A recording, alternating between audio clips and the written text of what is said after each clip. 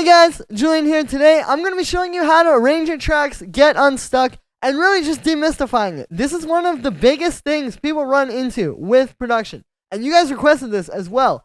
It's just how to arrange your track and like what do you do when you're stuck, either on an 8-bar loop, a 16-bar loop, a 32-bar loop, which can sometimes be worse, or whatever. Just how to get from that idea to a finished track. We're going to be talking all about arrangement today and just really breaking it down.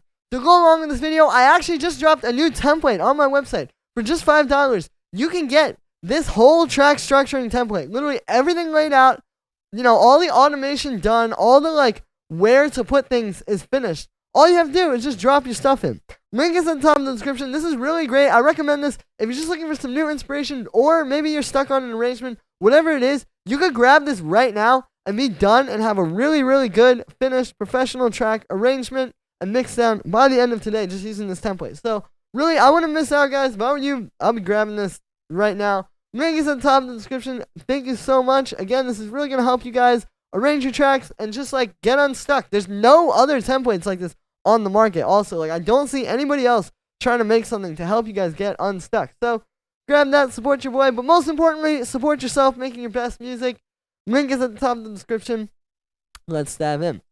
Alright, so this is what you heard in the intro, and basically, just to start out with, we can break the arrangement of the full track into 4 parts.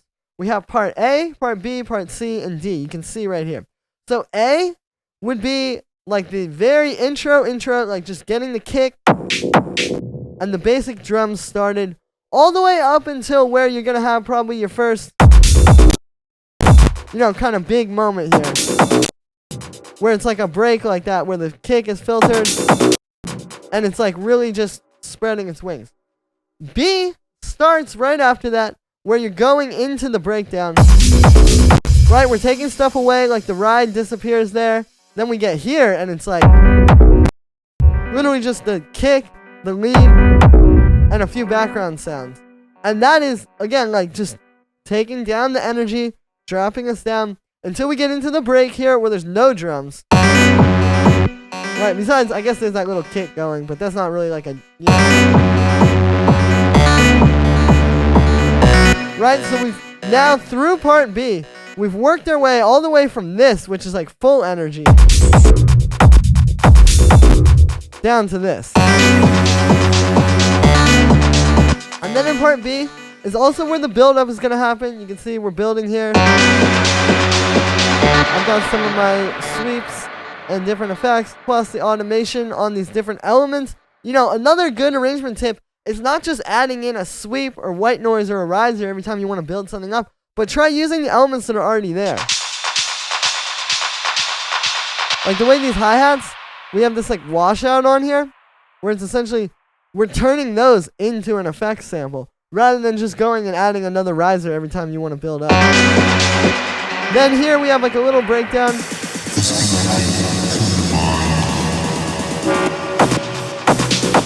We're building back up here, right?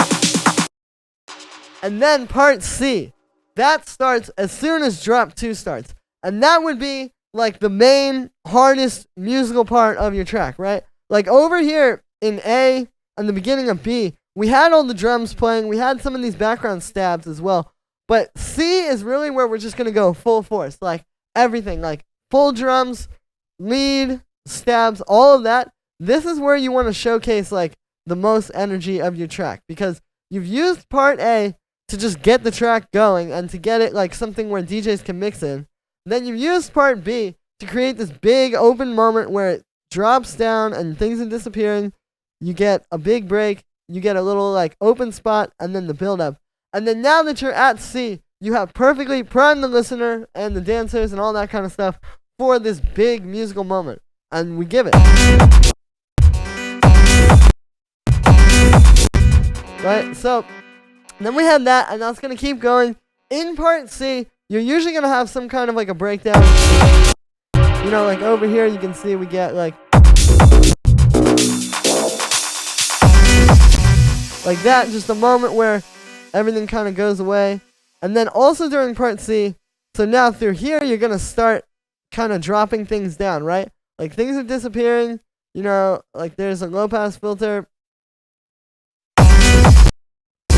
when there's like some washout and stuff happening. Like, you're really just trying to make this disappear. And that's not just going to be that lead. You'll also notice, you know, like the ride disappears here. Like, we're starting to kind of just drop stuff out, right? Then we get to part D. And part D is exclusively reserved to get from that high energy moment that you're having in part C, where everything is so full and you're letting everything really shine finally. Part D is about getting from that down to nothing. So that's where you'll see things start to disappear. Like inside of the stabs group, for example, you can see it gets more sparse as this goes on until you get to the point where you're really just hearing one.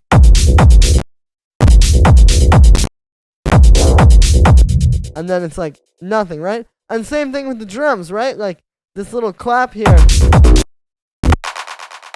that disappears.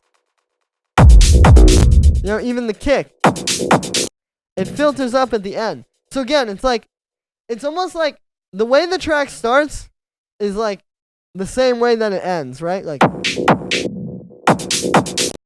not exactly the same. Like if you click one, it's not just the exact same audio as the other, but you can hear that's basically what you're trying to do. Like all the arrangement of a track is supposed to do, you know, and this is another thing about getting unstuck, is like a lot of people get stuck because they're daunted by how big it seems to try to do all this at once.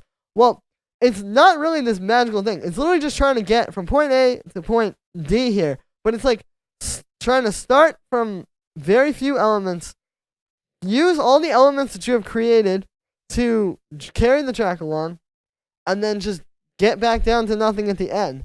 And you do that through the 4 parts. I really think if you start doing this at the beginning of your tracks, like start making this A, B, C, and D, and just define that right away, it's going to make it a lot easier. Like even if you had none of these elements and you did this, just A at bar 1, B at bar 65, C somewhere between 129 and 145, and then D at 193 up there. If you do that, now, you know, you already can kind of see where things are going to go. Like, if you want to try to make your whole, like, drop at once, you can do that. Just start doing it in part C here and make everything. And then once you have that, then you can go to part A and just start bringing in some of that stuff. And it's like, you know, when you think of it this way, it kind of makes the arrangement happen a lot faster. Like, obviously, if you just make an 8-bar loop and then this whole arrangement view is just completely open, yeah, you're going to get really stuck. And it's like option paralysis. You know, you just have too much that you could possibly do. Just keep in mind that if you just do it this way, like, you know, it's not that hard. And it's not about, like, making everything really cookie cutter or the same. It's about just eliminating that option paralysis. You know, it's like, I think about this a lot. It's like, if you were in the 90s or the 2000s or something, to make music, all you had to do is just you get one box. And it's like, okay, well, I have the limitations of this drum machine or this sequencer or this groove box or whatever it is. But when you have Ableton, and the first day that you're making music, you have access to every single thing that you ever possibly could think of. Well, yeah, obviously, then trying to turn an 8-bar loop into some full track is going to seem really crazy. So you have to eliminate that openness and essentially, like, pick something and stick to it, but get creative in that. Because obviously, you might be saying, again, like, oh, this is kind of cookie cutter to just do the 4 slots like this and just stick to that. Well, yeah, it is. But the point is, there's so much you could do during this. I mean, to have like this, for example, where it builds and builds, and then it just all drops out.